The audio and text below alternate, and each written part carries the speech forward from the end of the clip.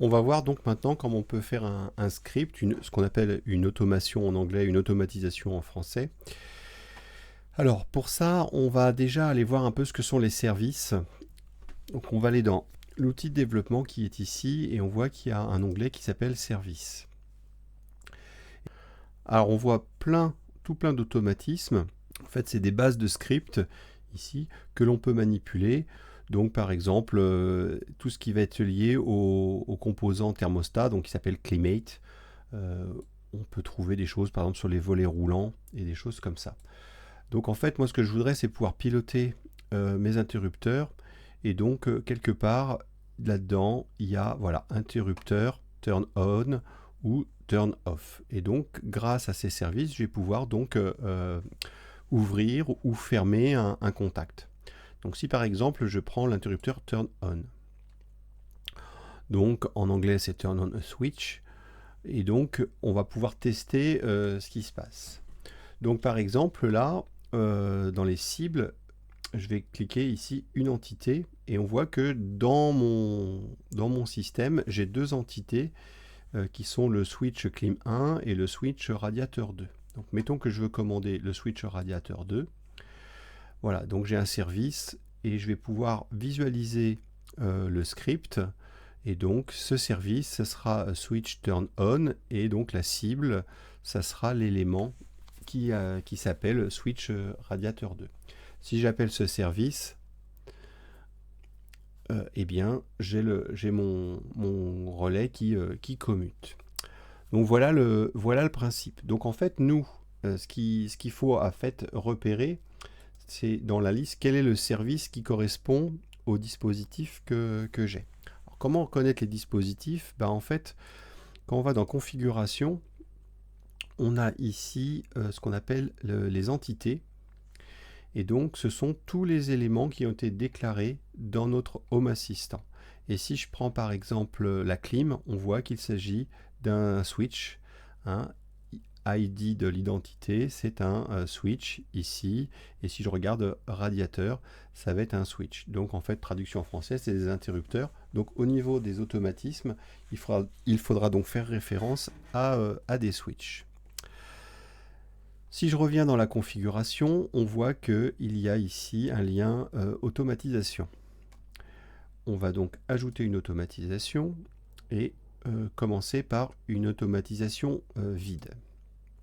Alors une automatisation, on va lui donner un nom. On va faire par exemple allumer le radiateur 2.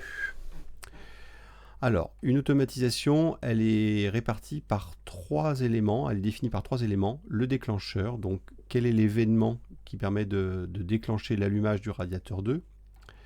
Ensuite, on peut rajouter des conditions. Donc, l'événement se produit et si on rajoute quelque chose et si on rajoute quelque chose d'autre, on va pouvoir donc affiner ce que l'on veut faire. Et enfin, ici, on définit les actions que l'on veut mener. Donc c'est là que l'on va faire référence à un service. Alors moi je vais tout de suite reprendre, voilà, appeler un service. Le service, on a dit que c'était interrupteur. Donc il faut le retrouver parce que c'est pas évident, ils ne sont pas rangés par ordre alphabétique. Donc interrupteur turn on. Et je vais donc choisir l'entité, on a dit que c'était le radiateur 2. Donc l'action, je vais donc faire turn on, c'est-à-dire allumer le radiateur 2. Et ici, je vais définir mon déclencheur. Alors là, je vais choisir dans les équipements. Moi, ce que je vais faire, alors c'est un truc qui est complètement bidon, mais c'est si par exemple la luminosité devient trop faible, je vais déclencher mon radiateur. Ce qui est complètement idiot puisque un radiateur est rarement déclenché par la lumière, mais l'intérêt ici que j'y vois, c'est que je peux très facilement modifier l'intensité lumineuse et donc voir si mon système réagit facilement. Donc je vais prendre l'équipement, le multisensor. À l'intérieur, je vais choisir l'élément qui permet de le faire, et donc ça va être la luminance. Et je vais dire que j'allume mon radiateur si la luminance elle est supérieure à 500. Voilà, je sauvegarde ça. Et je vais donc revenir sur mon automatisation et je l'exécute. Je vais revenir sur les automatisations et je vais en rajouter une maintenant pour éteindre le radiateur. Donc même principe, je vais prendre équipement, dans les équipements je prends le multisensor, je choisis la luminance et là je vais dire si c'est en dessous de 450 par exemple. Je ne prends pas exactement la même valeur parce que si on est à 500, le système il va osciller et si c'est 500 plus, 500 moins, on va passer son temps à enclencher, déclencher. Donc là je me mets une marge de 50 lux entre les deux. Et donc je vais appeler le service qui va s'appeler switch turn off. Donc appeler un service. Le service ici c'est, donc il faut que je recherche mes interrupteurs, c'était par ici, interrupteur turn off. Et c'est donc le radiateur 2 que je vais déclencher. Voilà, et ici je vais appeler ça donc éteindre.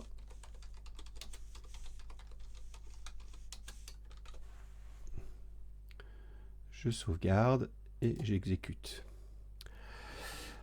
Alors maintenant je reviens dans mon tableau de bord.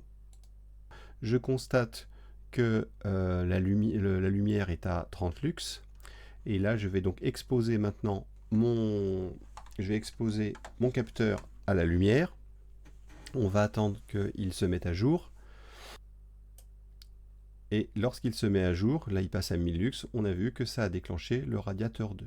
Maintenant je vais faire l'inverse, je vais cacher la lumière. Et lorsque on voit que là on passe en dessous de 450, le radiateur s'éteint. Je suis donc capable de piloter un dispositif grâce à un capteur. Voilà, donc là c'était vraiment pour des exemples.